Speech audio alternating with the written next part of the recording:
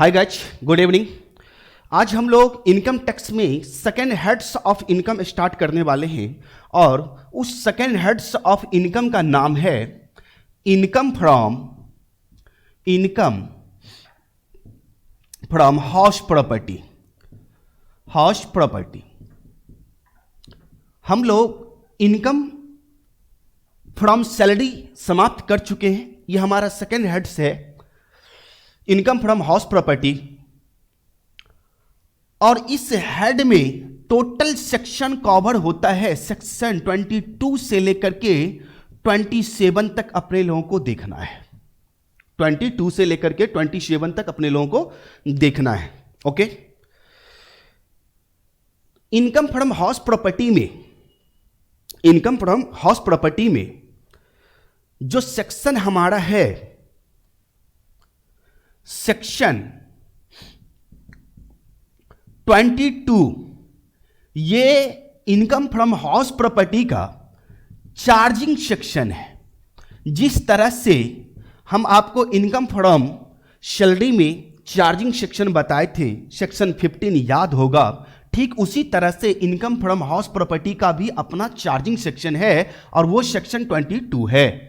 इसको बोलते हैं हम लोग charging section. Charging section basically बोलता है क्या कि किस बेसिस पर इस हेड्स में इनकम को टैक्सेबल किया जाएगा, किस बेसिस पर इस हेड में इनकम को टैक्सेबल किया जाएगा। कहने का मतलब इनकम फ्रॉम हाउस प्रॉपर्टी में कौन से इनकम को हम लोग कवर करेंगे और कौन से इनकम को छोड़ देंगे। तो कौन से इनकम को छोड़ देंगे इस पर तो हम कोई बात ही नहीं करेंगे। सिर्फ हमको यह देखना है कि कौन सा इनकम फ्रॉम हाउस प्रॉपर्टी में आएगा, सिर्फ यह देखना है। चार्जिंग सेक्शन कहता है, ध्यान से सुनेंगे, चार्जिंग सेक्शन कहता है कि बाबू एनुअल वैल्यू किसका एनुअल वैल्यू? तो हाउस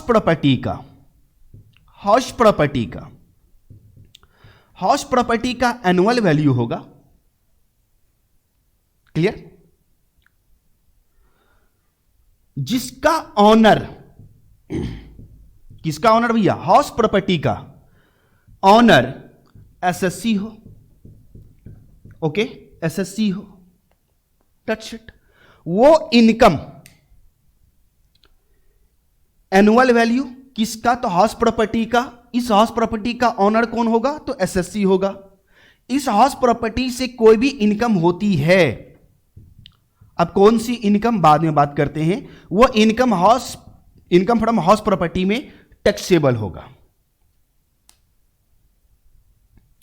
अब यहां पे हाउस प्रॉपर्टी की बात होती है तो हाउस प्रॉपर्टी में क्या आएगा? तो हाउस प्रॉपर्टी कंसिस्ट करता है गाइस, कंसिस्ट मींस इसके अंदर आता है, कंसिस्ट करता है एनी बिल्डिंग और लैंड अपार्टमेंट देयर टू। अब यहां पर देखो, हाउस प्रॉपर्टी में हमारा कोई भी बिल्डिंग आ सकता है, बिल्डिंग कोई भी हो वो हाउस प्रॉपर्टी में आएगा, लेकिन वो लैंड भी हमारे हाउस प्रॉपर्टी में आएगा जो apartment thereto means building से कनेक्टेड हो। Apartment thereto means land connected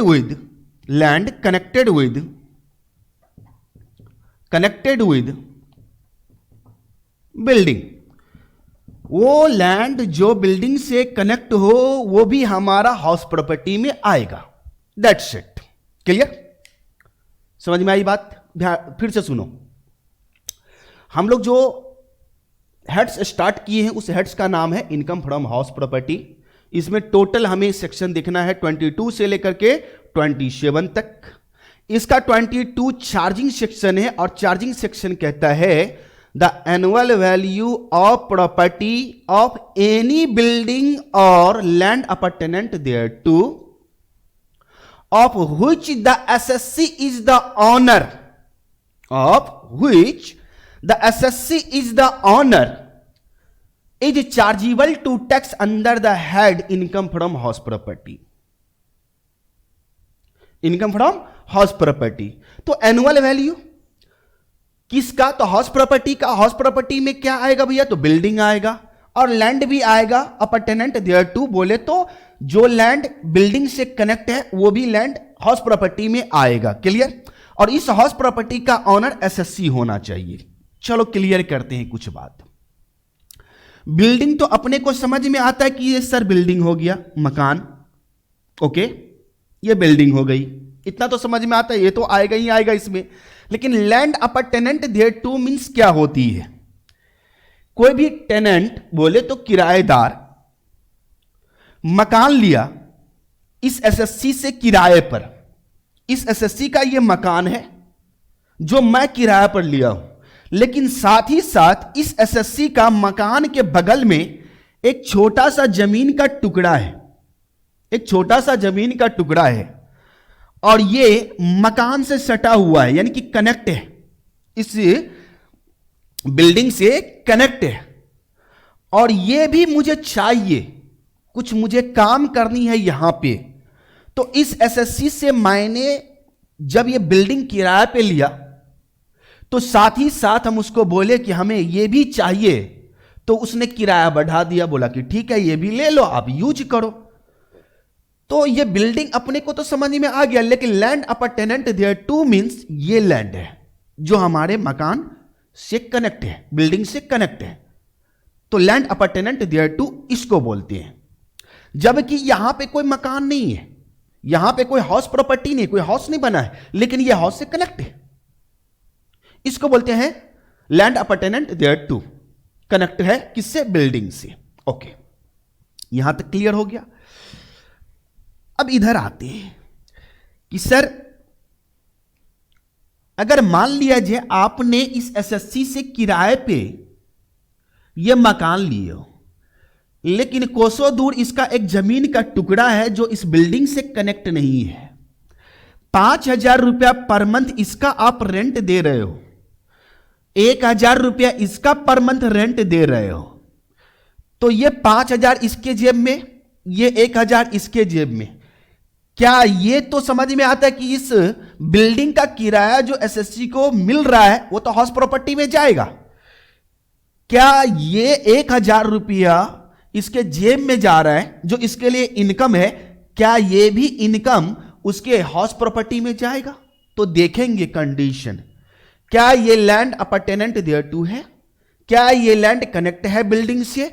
अगर नहीं है तो ये 1,000 रुपया इसके हाउस प्रॉपर्टी में ना जाकर के इनकम फ्रॉम अदर सोर्सेज में जाएगा, इनकम फ्रॉम अदर सोर्सेज में जाएगा।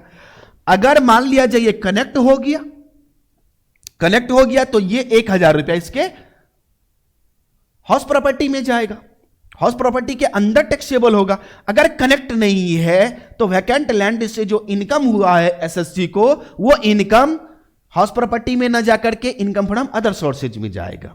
क्लियर? ओके, नाउ आगे चलते हैं हम लोग।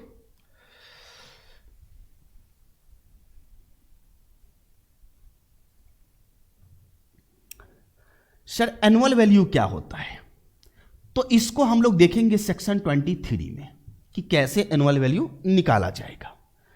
Sir house property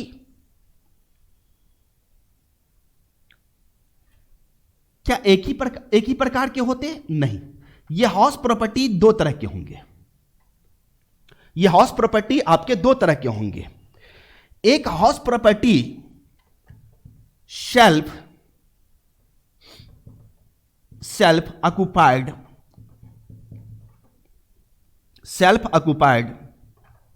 house property होगा। सेकंड होगा लेट आउट हाउस प्रॉपर्टी। अब ये सेल्फ ऑक्युपाइड हाउस प्रॉपर्टी क्या है, लेट आउट हाउस प्रॉपर्टी क्या है, इसको समझना जरूरी है।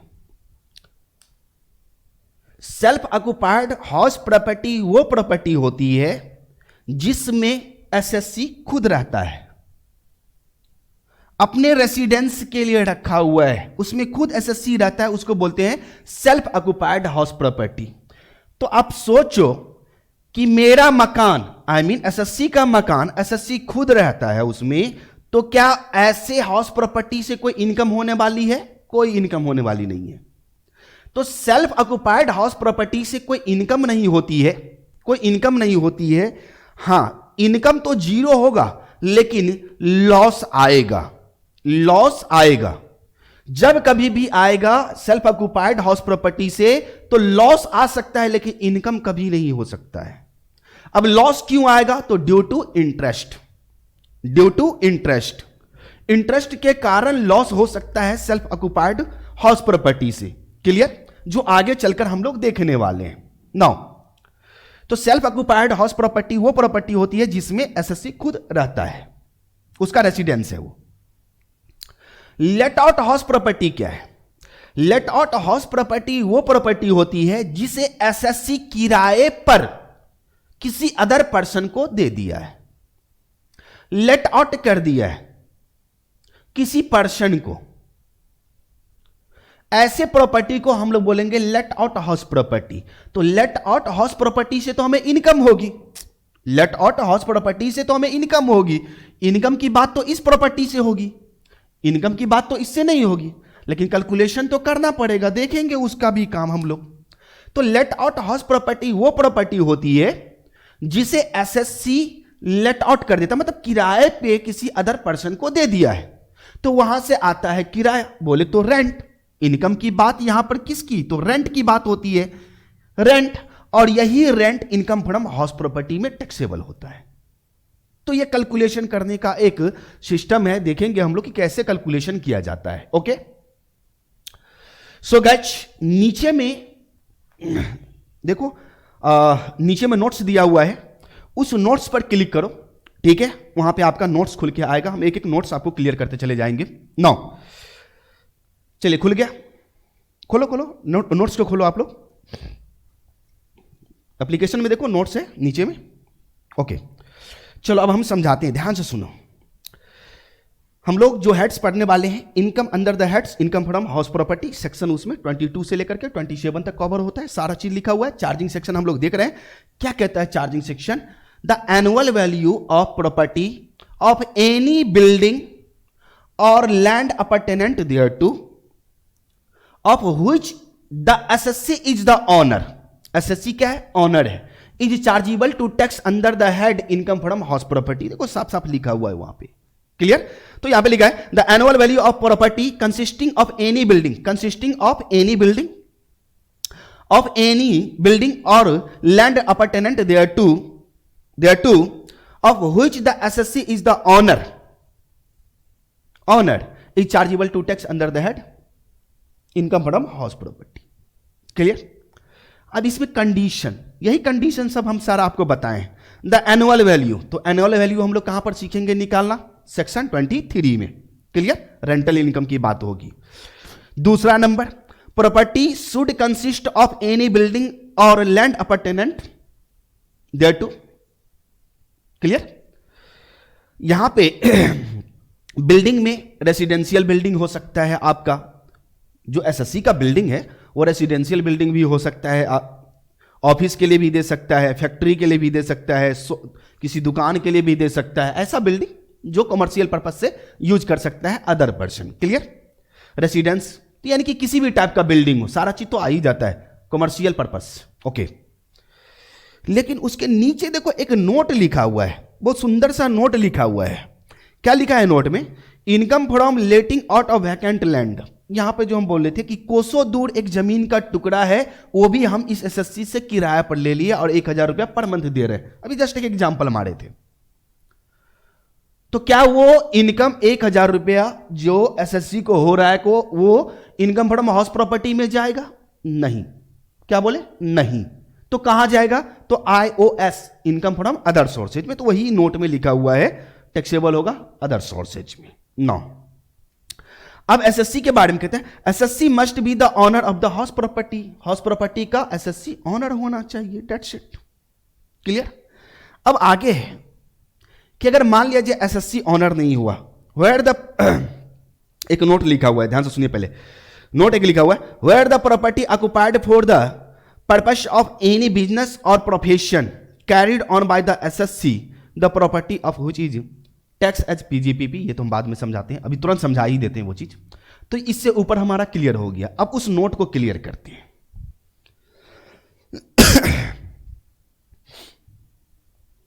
इस एसएससी का 3 मकान है, 3 जगह पे 3 मकान है, 3 जगह पे 3 मकान है। एक मकान यहां और एक मकान यहां पे और एक मकान यहां पे। क्लियर? ये जो पहला मकान है एसएससी सेल्फ ऑक्युपाइड कर रखा है, एसएससी सेल्फ ऑक्युपाइड कर रखा है। समझ में आ गया हो कि एसएससी उसमें खुद रहता है। दूसरा मकान है जिसमें एसएससी अपना एक ऑफिस खोल रखा है, ऑफिस खोल रखा है, जिसमें एसएससी अपना ऑफिस खोल रखा है। बात समझ में आ रहा है? ऑफिस खोल रखा है। और यह तीसरा मकान है जिसे मिस्टर ए, एक बंदा है मिस्टर ए, उसको किराए पर दे दिया है और यह अपना शॉप चलाता है, मतलब अपना दुकान खोल रखा है मिस्टर ए। ध्यान से सुनिए। एक मकान जिसमें एसएससी खुद रहता है, दूसरा मकान जिसमें एसएससी का बिजनेस है, तीसरा मकान जिसे एसएससी किराए पर दे दिया है मिस्टर ए को और मिस्टर ए बिजनेस करता है उसमें। क्लियर? अब यहां पे ये हमें देखना है कि इस तीनों मकान में से, जो 3 मकान है, इस 3 मकान में से कौन सा मकान, कौन सा house property income from house property के अंदर जाएगा।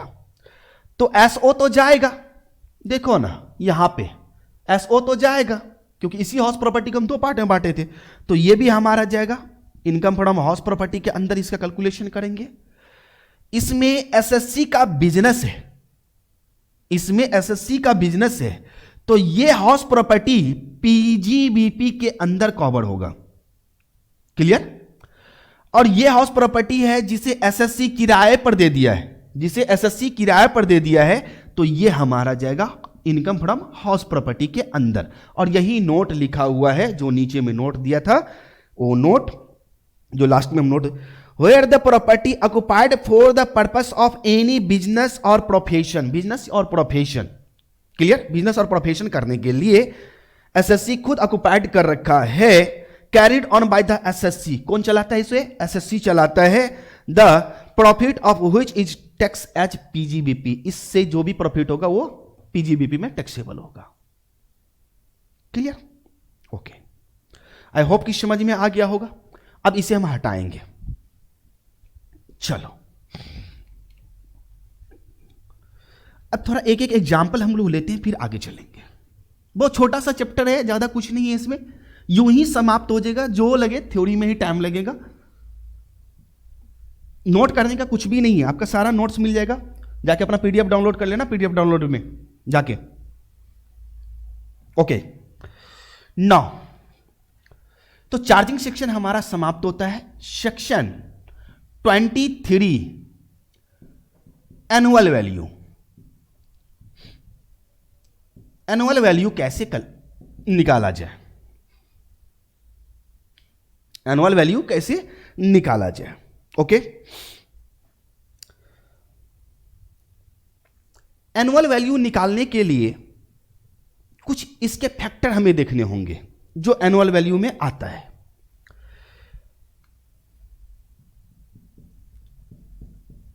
एमवी म्युनिसिपल वैल्यू बोलते हैं इसे, एमवी बोले तो municipal value, municipal value. Second number FR, इसे बोलते हैं fair rent. Third SR standard rent, SR standard rent, FR fair rent, MB municipal value. Fourth AR actual rent.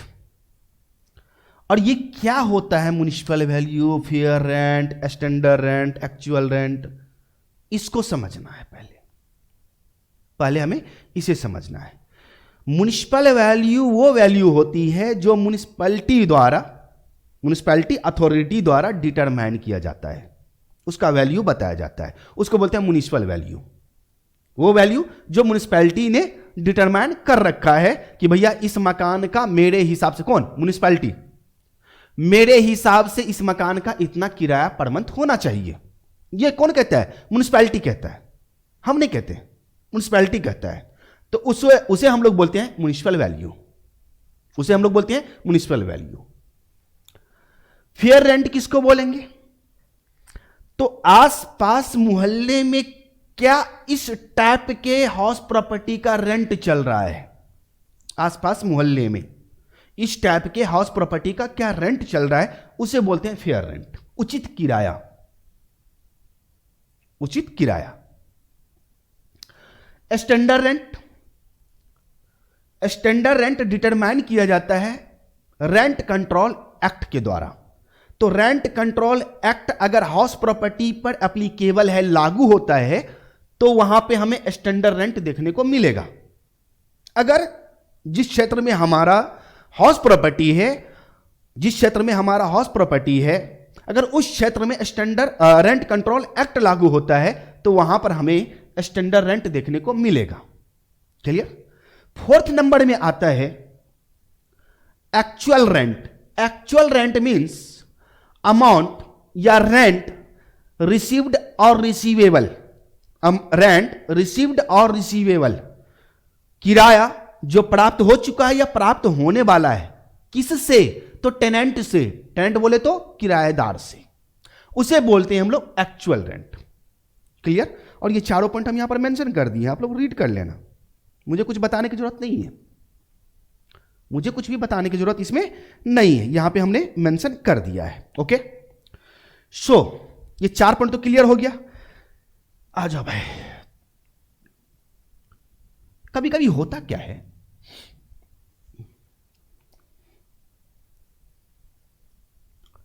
Annual value तो निकालना है, लेकिन इस सेक्शन 23 क्लॉज फर्स्ट में आते हैं, क्लॉज फर्स्ट में आते हैं।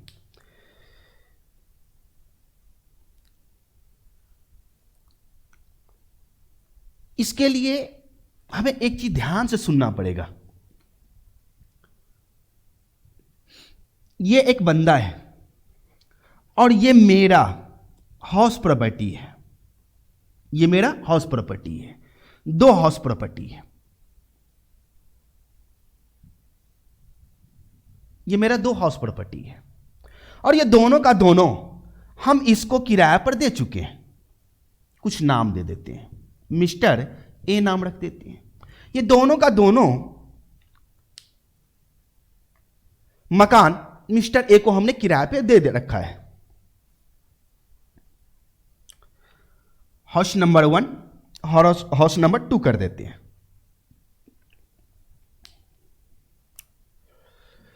ये मिस्टर ए क्या करता है कि हाउस ए का, हाउस नंबर 1 का रेंट टाइमली पे कर देता है। मिस्टर ए हाउस नंबर 1 का रेंट टाइमली पे कर देता है, लेकिन हाउस नंबर 2 का रेंट वो टाइमली नहीं पे करता है,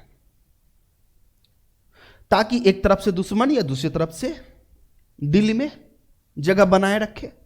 ये कहानी ये मेरे साथ करता है। इसका किराया मांगते हैं, नहीं देता है, बार बार मांगते हैं, नहीं देता है। ऐसे केस में अब रेंट तो मिल नहीं रहा है, इस मकान का रेंट तो हमें मिल नहीं रहा है, लेकिन असेसिंग ऑफिसर इनकम टैक्स के अंदर नहीं मिल रहा है, फिर भी इस पे जो इनकम हमारा होने वाला है, यानी कि हो चुका है लेकिन एक्चुअल में कैश रिसीव्ड नहीं हुआ है, उस पर तो टैक्स देना पड़ेगा, उस पर तो हमें टैक्स देना पड़ेगा। इसका तो एक्चुअल में कैश मेरे को रिसीव्ड हो गया, लेकिन इसका तो रिसीव्ड होने वाला है, मांगते हैं नहीं दे रहा है, 2 साल 3 साल से यूं ही ऐसे कर रहा है ये, या 2 महीना 3 महीना से यूं ही दिखा रहा है। कि आज देते हैं, कल देते हैं, नहीं दे रहा है। क्या पता देगा या नहीं देगा, यह भी मुझे इस पर विश्वास नहीं होता है कि वो दे पाएगा या नहीं दे पाएगा। तो जितना रेंट इससे हमें नहीं रिसीव्ड हुआ है, क्या उस रेंट पर हमें टैक्स देना होगा या असेसिंग ऑफिसर हमें माफ कर देगा? तो देना होगा या माफ कर देगा, यह चीज हम करके बताएंगे। किसको? असेसिंग ऑफिसर को, एओ को। असेसिंग ऑफिसर को यह चीज हम करके बताएंगे। क्या? तो जितना किराया हमें नहीं दिया उसी को बोलते हैं हम लोग अनरियलाइज रेंट, अनरियलाइज्ड रेंट। और इसका डिस्कशन इस सेक्शन में किया गया है कि अनरियलाइज रेंट कवर होगा एक्चुअल रेंट में या नहीं होगा, कवर्ड होगा एक्चुअल रेंट में या नहीं होगा। इसका डिस्कशन इसमें है। का ठीक है, जो रेंट आपको रिसीव्ड नहीं हुआ है इस बंदे से जो रेंट रिसीव्ड नहीं हुआ है, जिसको हम लोग अनरियलाइज रेंट बोलते हैं, उस पर असेसिंग ऑफिसर टैक्स नहीं मांगेगा, छोड़ देगा, माफ कर देगा, बशर्ते आप ये कंडीशन फुलफिल कर दो। तो कहा क्या कंडीशन है? तो कहा कि रूल 4 के 4 कंडीशन, रूल 4 के 4 कंडीशन को अगर फुलफिल कर रहा है, ये कंडीशन है, अगर फुलफिल कर रहा है, देन आपका अनरियलाइज रेंट पर टैक्स नहीं लगेगा। बोला ठीक है, बताओ क्या है कंडीशन? मेरा मकान है, हम इसको किराया पर दिए हैं, हमें यह साबित करना होगा कि यह वास्तव में मेरा किराएदार है, बोनाफाइड, टेनेंसी इज बोनाफाइड, कि किराया पर वास्तव में लगा हुआ है और यह मेरा किराएदार है। अब यहां पर कंडीशन देखो नोट्स पर, unrealise rent section 23 clause first, unrealise rent is not include in actual rent, actual rent में शामिल नहीं होगा। If SSC satisfied the condition prescribe in rule 4, और इस रूल 4 में 4 कंडीशन दिया गया है। पहला number, the tenancy is bona fide, tenancy is bona fide means, bona fide का मतलब होता है ट्रू, यानी कि रियल है, एक्चुअल में है, रियलिटी है कि टेनेंसी बोनाफाइड, टेनेंसी हमारा रियल में है। ओके। दूसरा कंडीशन इसमें दिया है, the tenant has vacant all the property belonging to the SSC. अब यहां पर मामला फंसता है। हमने क्या बताया कि इसका किराया देता है लेकिन इसका किराया नहीं देता है, तो हमें हाउस प्रॉपर्टी खाली कराना होगा। किरायादार था, यह भी सही बात है, हमें खाली कराना होगा। तो क्या जिसका रेंट नहीं देता है उसको खाली कराना है या सारे का? तो यहां पे साफ साफ लिखा हुआ है कि all house property belonging to, जो भी वो किराया पर ले रखा है, सारे के सारे हाउस प्रॉपर्टी हमें खाली कराना होगा। सेकंड नंबर, फिर से हम एक बार पढ़ते हैं, the tenant has vacant all properties. क्या भैया? ऑल प्रॉपर्टीज, वैकेंट यानी कि खाली कर दे, वैकेंट मींस खाली कर दे। All properties belonging to the assessee, जो मेरा हाउस प्रॉपर्टी है उसे खाली कर दे। दूसरा कंडीशन ये भी, the SSC has taken all legal step to recover unrealised rent. फिर असेसिंग ऑफिसर हमसे पूछेगा, ठीक है किराएदार था, खाली करा दिए, ऐसे हम कैसे मान ले कि आपको रेंट रियलाइज नहीं हुआ, नहीं मिला रेंट, ये हम कैसे मान ले, आप पर कैसे विश्वास कर ले? आपने क्या किया उसके लिए? तो उसके लिए हमें कुछ करना पड़ता है। क्या करना पड़ता है? इस पे हमें लीगल एक्शन लेना होगा, केस एफआईआर दर्ज करनी होगी, केस नंबर लेकर के इसको दिखाना पड़ेगा कि देखो भैया हमने इस पर केस किया है, ये हमारा रेंट नहीं दिया। तो लीगल स्टेप हमने लिया। और चौथा नंबर है कि the SSC has made satisfied to the assessing officer that all the step will be fruitless। अब हमें असेसिंग ऑफिसर को खुश करना पड़ेगा, यानी कि सही साबित करना होगा कि हमने सारा का सारा लीगल स्टेप लिया है, सब कुछ सही है। अगर असेसिंग ऑफिसर खुश हो गया बच्चे, तो उस केस में अनरियलाइज रेंट आपके एक्चुअल रेंट में कवर नहीं होगा। तो रूल 4 के 4 कंडीशन को फुलफिल कर देता है, तो अनरियलाइज रेंट जो नहीं रिसीव्ड हुआ उसे एक्चुअल रेंट में हम लोग शामिल नहीं करेंगे। तो ये क्वेश्चन में लिखा होगा। लेकिन कभी कभी होता क्या है, कभी कभी होता क्या है कि टेनेंट का डेथ हो जाता है कभी कभी। अब 2 महीना का किराया उस पर बाकी था और मकान तो खाली करवा दिए, 2 महीना का हमें किराया नहीं मिला, लेकिन टेनेंट का क्या हुआ, डेथ हो गया। तो ऐसे केस में क्या होगा, अगर किराएदार की मृत्यु हो जाए तो ऐसे केस में क्या हम कर सकते हैं? क्या हम यह मान ले कि रूल 4 के 4 कंडीशन फुलफिल हो गया, या हम यह मान ले कि अनरियलाइज रेंट पर भी हमें टैक्स देना होगा? सुनो, अगर टेनेंट का डेथ होता है तो ऐसे केस में अनरियलाइज रेंट को एक्चुअल रेंट में अगर कवर नहीं करना चाहते हैं तो आपको इसका डेथ सर्टिफिकेट रिटर्न फाइल में लगाना होगा। लगा दो कि किराया मेरा उस पर था और ये डेथ कर गया, अब हम किससे किराया लें? जब हमको किराया मिला ही नहीं तो हम आपको कैसे टैक्स दें? नोट में हमने लिख रखा है, देखो note, in the event of death of the tenant unrealise rent will not be include in the actual rent. जब टेनेंट का डेथ होता है तो अनरियलाइज रेंट को हम लोग एक्चुअल रेंट में कवर नहीं करेंगे। दैट्स इट, ये हमारा हो गया। ये 4 एलिमेंट भी हम लोग देख चुके हैं। अब हमारा एक्चुअल प्रोसेस आ रहा है भाई। एक्चुअल क्या तो ये समझे।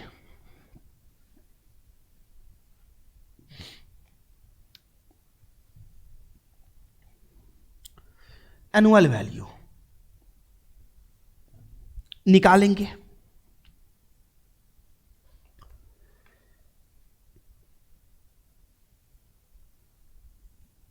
खासकर हम इनकम फ्रॉम हाउस प्रॉपर्टी में इनकम का कैलकुलेशन कैसे करेंगे ये पहले देख लो, फिर आपका कॉन्सेप्ट क्लियर हो जाएगा। इसमें तो पर्टिकुलर्स लेते हैं हम लोग, computation of income from house property. इसमें अमाउंट लेंगे, ये चीज नोट है आपके नोट्स में है, सारा चीज दिया हुआ, नोट करने की कोई जरूरत नहीं है। सबसे पहले हमें ग्रॉस एनुअल वैल्यू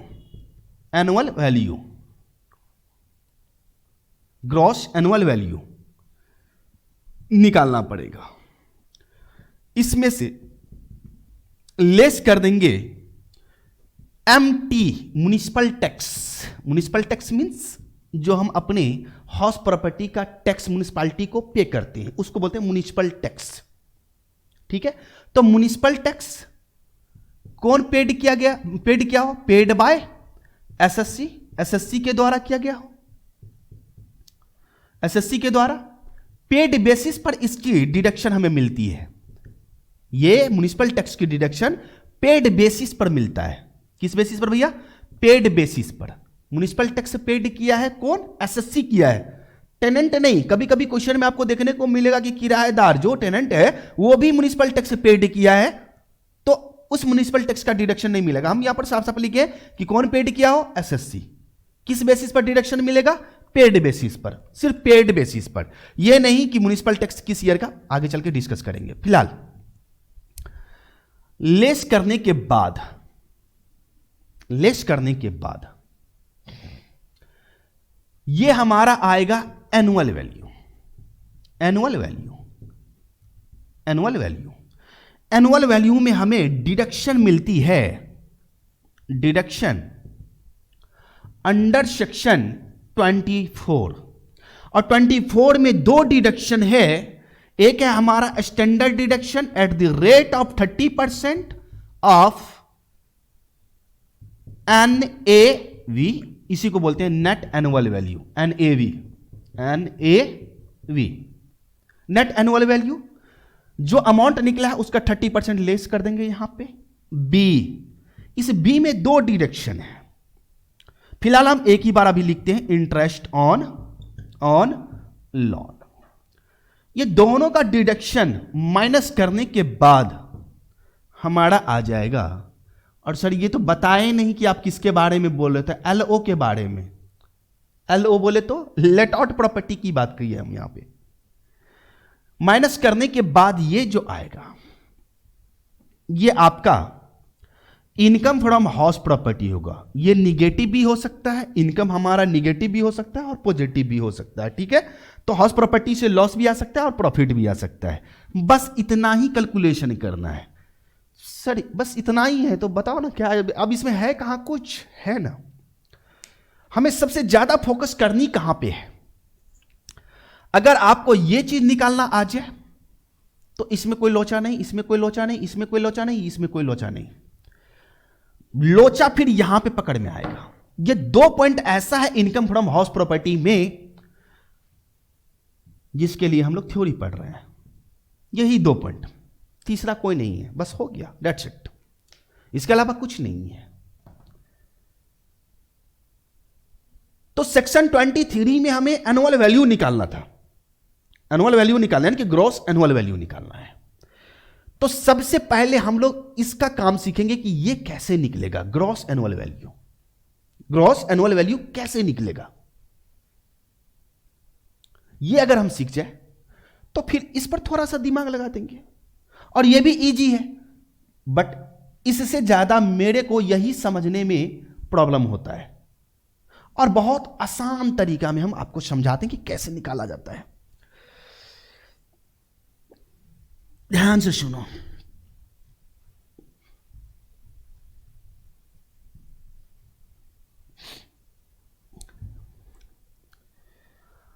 आपको GAV ग्रॉस एनुअल वैल्यू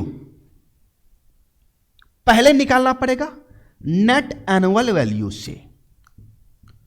और GAV निकालने के लिए हमें एक चाहिए एक्सपेक्टेड रेंट।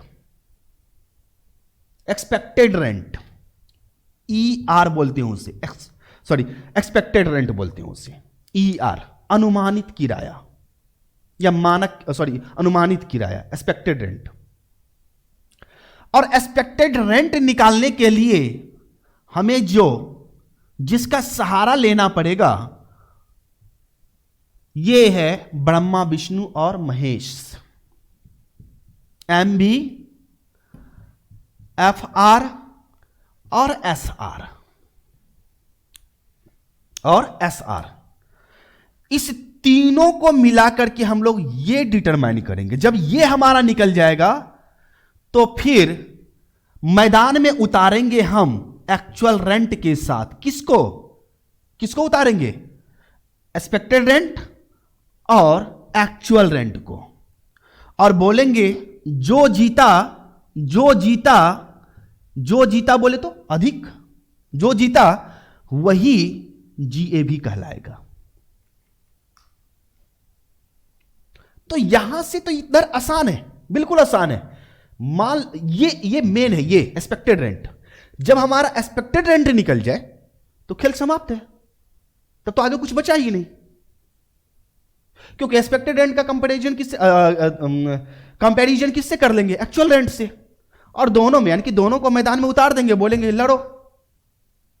जो जीत गया मतलब जो अधिक हो गया वही हमारा GAV होगा।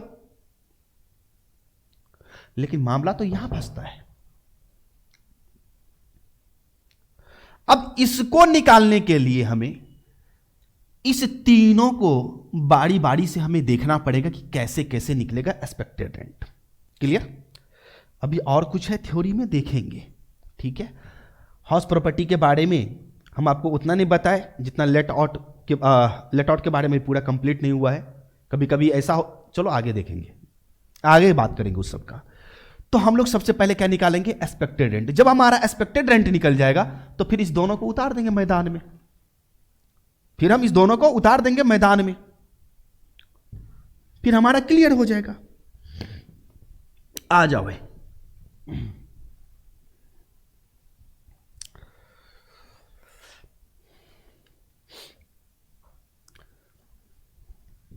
LO की बात करते हैं, लेट आउट हाउस प्रॉपर्टी की बात करते हैं। LO HP let out house property की बात करते हैं। हमें यह देखना होगा कि क्या यह स्टैंडर्ड रेंट कंट्रोल एक्ट के अंदर आता है या नहीं, रेंट कंट्रोल एक्ट के अंदर आता है या नहीं।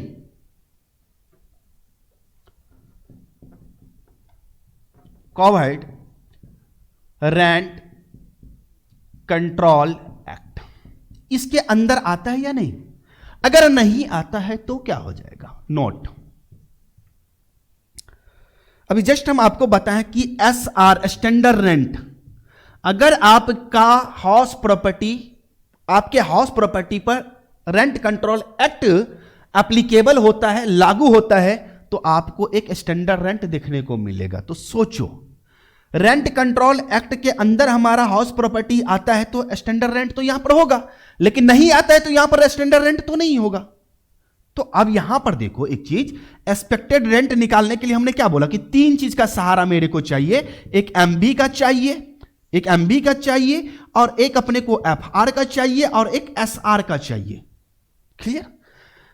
तो एसआर रेंट कंट्रोल एक्ट अगर हमारे हाउस प्रॉपर्टी पर एप्लीकेबल है तो एसआर इसमें आएगा, आई मीन तीनों होगा इसमें, एमबी भी होगा, एफआर भी होगा, और एसआर भी होगा। क्लियर ना। लेकिन अगर रेंट कंट्रोल एक्ट के अंदर नहीं आता है हमारा हाउस प्रॉपर्टी तो एसआर तो नहीं होगा, सिर्फ दो ही चीज होगा, क्या, तो एमबी होगा और एफआर होगा, दैट्स इट। ये दो चीज होगा, उधर तो एसआर तो नहीं होगी, बिल्कुल नहीं होगा। ध्यान से सुनो भाई। चलो, तो ये चीज समझ में आ गया कि क्यों होगा ऐसे। अब इसमें हमें कैलकुलेशन करना है एक्सपेक्टेड रेंट का, और एक्सपेक्टेड रेंट का कैलकुलेशन करने के लिए नोट्स खोल करके रख लेंगे सामने में, ठीक है ना। Determination the gross annual value, GAV कैसे डिटरमाइन किया जाएगा वो साफ साफ दिया हुआ है। सबसे पहला नंबर में ही हमारा एक्सपेक्टेड रेंट दिया हुआ है, और section 23 clause first sub clause A, 23 clause first sub clause A, expected rent की बात कर रहे हैं यहां पर। क्लियर। इसमें कहा कि इफ, देखो साफ साफ लिखा है, if house property cover under the rent control act, तो यहां पर तीन चीज अपने को देखने को मिलेगा। पहला नंबर, एमबी और एफआर, एमबी और एफआर विच एवर इज मोर, इस दोनों में जो अधिक हो जाए, but not more then standard rent is expected rent. Sir समझ में नहीं आया, बिल्कुल समझते हैं ऐसे। इसी चीज को हम लोग, इधर फिलहाल हम इसकी बात नहीं कर रहे हैं, इसी चीज को हम लोग ऐसे देखते हैं। कैसे, हमारे पास एमबी होगा तो एमबी और एफआर दोनों में पहले भिड़ा दो, मैदान में उतारो, होता है ना जब कुश्ती होती है तो दोनों को उतारो। इस दोनों में जो जीत जाएगा, इस दोनों में जो जीत जाएगा,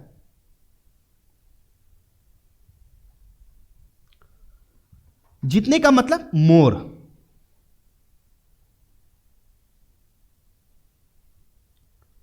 तो इस बंदे को, यानी कि इस दो बंदा है, मान लो कि ये दो बंदा, इस दोनों बंदा में कुश्ती कराओ, और इस दोनों बंदा में जो जीत जाए वो बंदा यहां पे आएगा, मोर, जो दोनों में से अधिक हो जाए वो, और इसे भिड़ा दो एसआर से। किससे, एसआर से।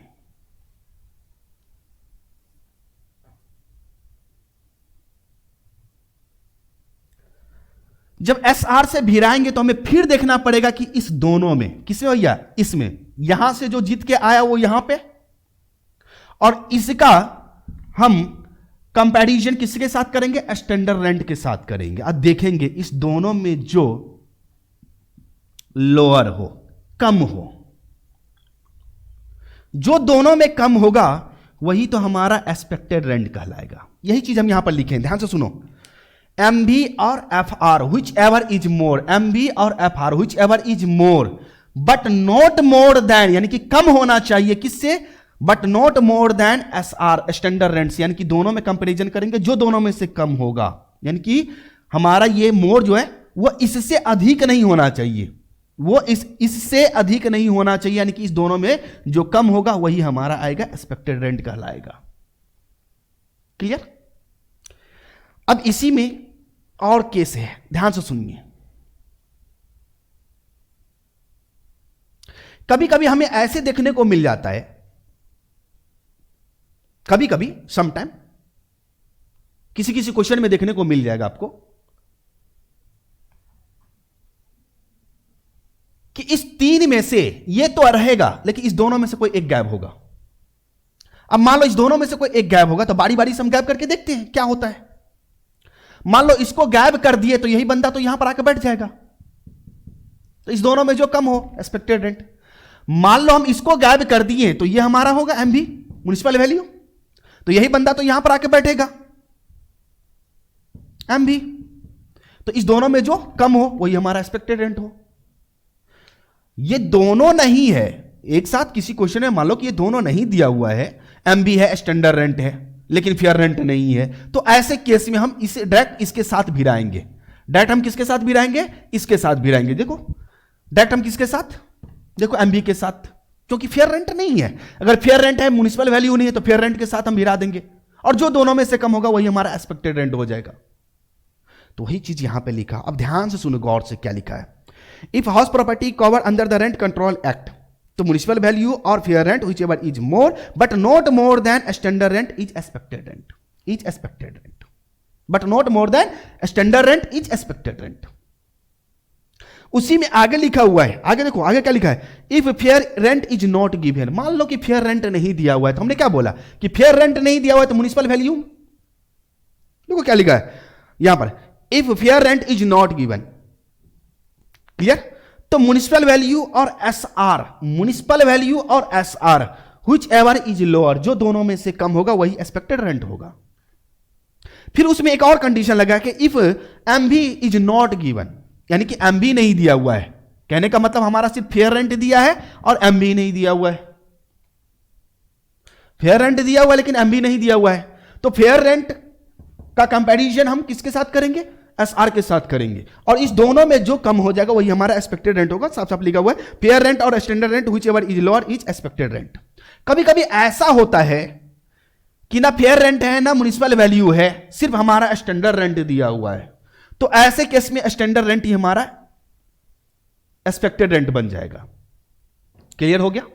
ओके, अब दूसरे तरफ चलना पड़ेगा अपने को। क्लियर? एक्सपेक्टेड रेंट हमारा रेंट कंट्रोल एक्ट के अंदर निकल चुका है। अब हम लोग एक्सपेक्टेड रेंट इसका देखने वाले हैं।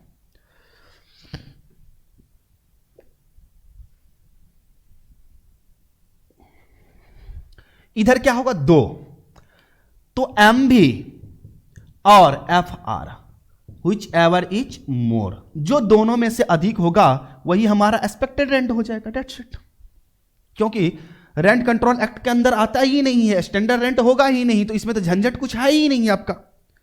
इसमें तो आपका कोई टेंशन है ही नहीं, दोनों में जो अधिक हो जाए भैया वही आपका एक्सपेक्टेड रेंट हो जाएगा। सर क्या इसमें भी कभी कभी ऐसा लोचा देखने को मिलेगा? कैसा लोचा भैया? कि दोनों में से कोई एक हो, एक गायब हो। बिल्कुल हो सकता है किसी किसी क्वेश्चन में MV दिया है, फेयर रेंट नहीं दिया है, किसी किसी क्वेश्चन में आपका FR दिया है और MV नहीं दिया हुआ है, तो यहां पर दो, तो भैया यही आपका एक्सपेक्टेड रेंट हो जाएगा। टेंशन क्यों ले रहे हो? यही आपका एक्सपेक्टेड रेंट हो जाएगा। That's it. और वो साफ साफ नोट्स में हमने लिख रखा है, ये साथ साफ हमने नोट्स में लिख रखा है। बात समझ में आ रही है? ये साफ साफ हमने लिख रखा है, तो ये भी हमारा क्लियर हो गया। लेकिन एक्सपेक्टेड रेंट तक तो सब कुछ ठीक ठाक है, कोई दिक्कत नहीं है। जब एक्सपेक्टेड रेंट निकल जाए, एक्सपेक्टेड रेंट हमारा निकल जाए, तो फिर हम आगे की बात करेंगे, अब एक्चुअल में हम लोग आएंगे GAV पर। क्लियर? और GAV की बात होती है सेक्शन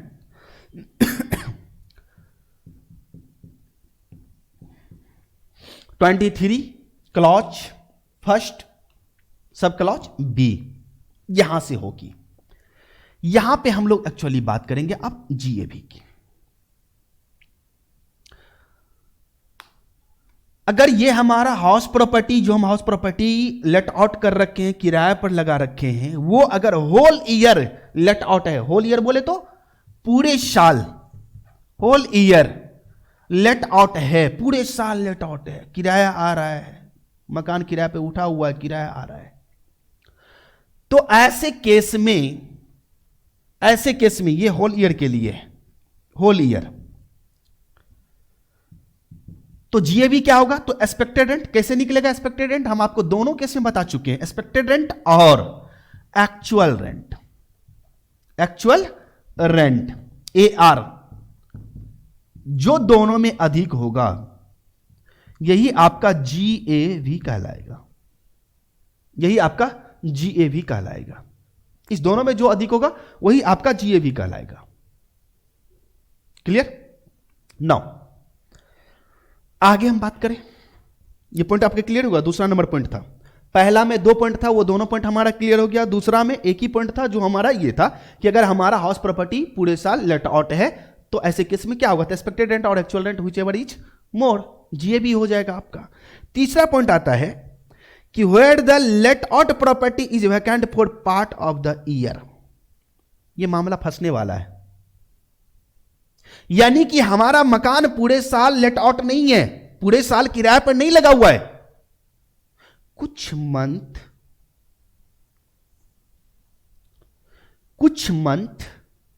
खाली रह गया। पूरे साल बोले तो 12 महीना, अरे बोलो 12 मंथ की बात होती है, 12 मंथ्स की बात होती है। लेकिन आपका सब क्लॉज सी कहता है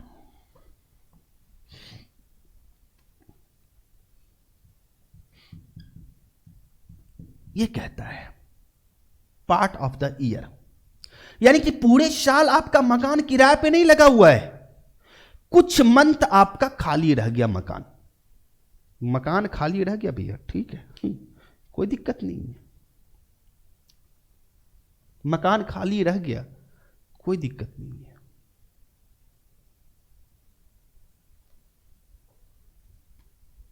ऐसे केस में एक्सपेक्टेड रेंट और एक्चुअल रेंट, जो दोनों में से अधिक हो, मोड़ हो, वही आपका जीएवी होगा। लेकिन मामला फंस गया यहां पे। अब खाली रहा है तो बट ऑब्वियस ये तो हो देखने को मिलेगा कि हमारा एक्चुअल रेंट कम होगा, क्योंकि कुछ मंथ खाली रहा हमारा हाउस प्रॉपर्टी तो किराया कम मिलेगा, तो किराया कम मिलने के कारण, कि खाली होने के कारण हमारा एक्सपेक्टेड रेंट ज्यादा हो गया, ज्यादा हो गया। तो यहां पे तो मामला फंसने वाला है। तो कहा कि due to vacant actual rent is less than expected rent. फिर से सुनो, ड्यू टू वैकेंट किसके कारण भैया?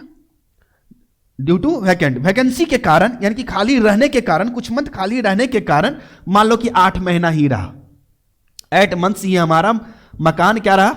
लेट आउट रहा, लेकिन 4 महीना तो खाली रहा, तो वो 4 महीने के कारण हमारा एक्चुअल रेंट कम हो रहा है एक्सपेक्टेड रेंट से। फिर तो सुनो, 4 महीने के कारण अगर हमारा एक्चुअल रेंट कम हो रहा है एक्सपेक्टेड रेंट से, तो ऐसे केस में एक्चुअल रेंट ही आपका ग्रॉस एनुअल वैल्यू होगा। सर कंफ्यूजन, बिल्कुल कंफ्यूजन, इसको न्यूमेरिकल क्वेश्चन से हम बनाएंगे। फिर से सुनो, ध्यान से सुनिए। अब यहां पे कुछ एग्जाम्पल ले लेते हैं। मान लेते हैं ये 50,000 आया, ठीक है, और 5,000 पर मंथ किराया है हमारा, पर मंथ किराया है। समझना है तो समझ लो अच्छे से, ठीक है, अदरवाइज कंफ्यूजन ही होगा, इसके अलावा कुछ नहीं। दिमाग में कंफ्यूजन के अलावा कुछ नहीं पाल सकते, इसीलिए क्लियर कर लो एग्जाम्पल के साथ। एक्सपेक्टेड रेंट घुमा फिरा के MVFR कर करके हम लोग एक्सपेक्टेड रेंट निकाल लिए, मान लेते हैं निकाल लिए, जैसे निकाले एक्सपेक्टेड रेंट वैसे निकाल चुके हैं। अब रही बात हमें GAB, तो GAB निकालने के लिए हमें एक्चुअल रेंट चाहिए। लेकिन यहां पर मकान हमारा 8 महीना लगा रहा, 4 महीना खाली रहा, तो 8 महीने का तो ही हमें किराया मिलेगा 5,000 के हिसाब से, तो 40,000। हमारा एक्चुअल रेंट कितना है? 40,000। हमने क्या बोला? एक्सपेक्टेड रेंट और actual rent whichever is मोर, वही हमारा GAB होगा। तो इस दोनों में देखो कौन अधिक है? 50,000। तो आपके हिसाब से 50,000 हमारा GAB होना चाहिए, ये हम नहीं, आप कहते हो, यही तो है आपके हिसाब से। लेकिन हमें यह देखना होगा कि ये 40,000 एक्चुअल रेंट है, ये जो कम है किस कारण से? तो ड्यू टू वैकेंट, खाली रहने के कारण हमारा 40,000 ही एक्चुअल रेंट हुआ। अगर खाली नहीं रहता तो क्या होता? तो सर खाली नहीं रहता तो 12 पंचे 60,000 हो जाता, बिल्कुल 60,000 होता, 60,000। खाली नहीं होता तो हमारा एक्चुअल रेंट अधिक होता, खाली नहीं होता तो हमें एक्चुअल रेंट देखना पड़ता। तो अब इसमें कंपैरिजन करो कौन अधिक है, तो आपका एक्चुअल रेंट, तो यहां पर GAB क्या 60,000 होता, लेकिन खाली रहने के कारण यह तमाशा बना है। तो ऐसे तमाशा का समाधान कैसे करना भाई? तो छल कपट से, बुद्धि लगा के, बैकग्राउंड होती है ना, बैकग्राउंड, उसमें दिमाग चलाएंगे थोड़ा, ज्यादा कुछ नहीं करना है। हमें सोच लेना है कि पूरे साल का किराया कितना, सोचना है, दिमाग में यह चीज रखना है, लिखना नहीं है। अच्छा 5,000 रुपया पर मंथ, 12 पंचे 60, लेकिन एक्चुअल रेंट हमें 8 महीना हमने किराया पर लगाया, 40,000 मिला, तो 40,000 यहां पर लिखेंगे, 40,000 यहां पर लिखेंगे। जब हम यहां पर यह करेंगे कि इस दोनों में कौन अधिक है, उस समय देखेंगे कि क्या सोचे थे। अच्छा 12 महीने के हिसाब से कितना आ रहा है? 60,000। तो यहां पर हम 40,000 के जगह पर सोच लेंगे कि यह 60,000 है, और तब जाकर के हम कंपैरिजन करेंगे कि कौन अधिक है, तो एक्चुअल रेंट। तो एक्चुअल रेंट अधिक है तो GAB हमारा वास्तव में एक्चुअल रेंट ही होगा। यहां पे समझ में आई बात? नहीं हो रहा है तो लेक्चर को रिमाइंड करके देख लेंगे एक बार, ठीक है, जो हम आपको क्लियर साफ साफ बता चुके हैं। ओके, अभी इसमें और गाइस पॉइंट सब है, तो समझ में आई बात? तो ड्यू टू वैकेंट, वैकेंट के कारण हमारा एक्चुअल रेंट कम हुआ है, तो हम देख लेंगे कि वैकेंट नहीं है, मान लेंगे कि वैकेंट नहीं है, खाली नहीं है, तो कितना रेंट आता? तो 60,000 आता। तो 60,000 के साथ हम एक्सपेक्टेड रेंट का कंपैरिजन करेंगे, देखेंगे कौन ज्यादा है, तो ज्यादा हमारा 60,000 है, तो GAB हमारा क्या हुआ? एक्चुअल रेंट ही, एक्चुअल रेंट यहां पर एक्चुअल अमाउंट बैठाएंगे तब, क्लियर ना?